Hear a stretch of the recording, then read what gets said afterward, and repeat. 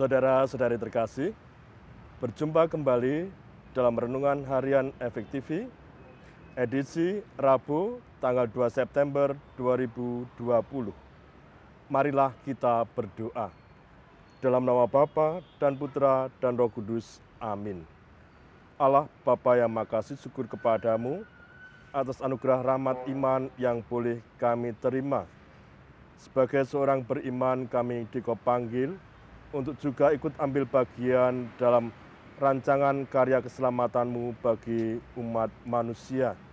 Karena itu ya Bapa, bukalah mata hati kami agar senantiasa mau dan mampu untuk terbuka dan menghidupi apa yang menjadi panggilan kami, yaitu ikut ambil bagian dalam rancangan keselamatanmu sendiri. Semua ini kami mohon dengan padamu dengan pengantaran Kristus Tuhan dan Juru Selamat kami. Amin. Dalam nama Bapa dan Putra dan Roh Kudus. Amin. Para saudara terkasih, hari ini dalam Injil kita mendengarkan bagaimana Yesus mengatakan, juga di kota-kota lain aku harus memberitakan Injil Kerajaan Allah. Sebab itulah aku diutus. Para saudara terkasih, apa artinya bagi kita semua saat ini yang mengaku diri sebagai orang yang telah dibaptis, orang yang telah tergabung dalam persekutuan jemaat beriman?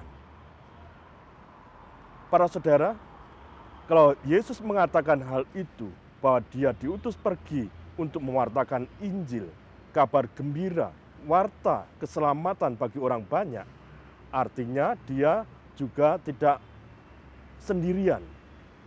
Kita semua para muridnya juga dipanggil untuk melakukan hal yang sama. Tadi kita mendengarkan sebelumnya dalam peristiwa di mana Tuhan menyembuhkan orang yang sakit, ibu mertua Simon yang demam. Dia disembuhkan. Dan ketika disembuhkan, apa yang terjadi? Spontan ibu Simon mau melayani Yesus dan para muridnya kemana mereka berada.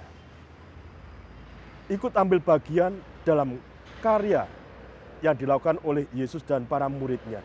Itulah yang dilakukan oleh mertua Simon ketika dia disembuhkan, ketika dia diberi anugerah keselamatan. Bapak, Ibu, saudara-saudara terkasih, tentu untuk ikut ambil bagian kita diajak juga untuk berani menyadari siapa diri kita saat ini. Siapa diri kita saat ini? Tentu juga kita bisa belajar dari apa yang dilakukan oleh Paulus.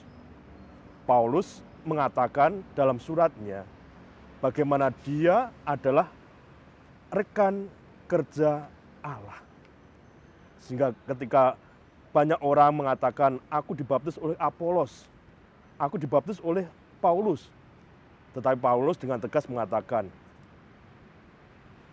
meskipun Apolos yang membaptis, ataupun juga meskipun Paulus yang membaptis, itu bukanlah soal. Paulus mengatakan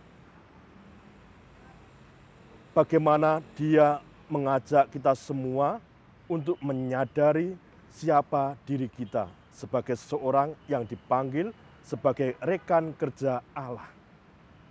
Dan yang dipentingkan bagi Paulus adalah bukan Apolos, bukan dia sendiri, tetapi dia yang memberi pertumbuhan dalam hati kita, yaitu Tuhan yang memanggil, Tuhan yang memanggil kita untuk ikut ambil bagian dalam karyanya. Para saudara terkasih, untuk memiliki kesadaran ini memang bukan suatu hal yang mudah. Namun kita diajak untuk terus-menerus berani membuka diri kita dan juga sungguh-sungguh berani memasrahkan segala sesuatunya kepada Tuhan.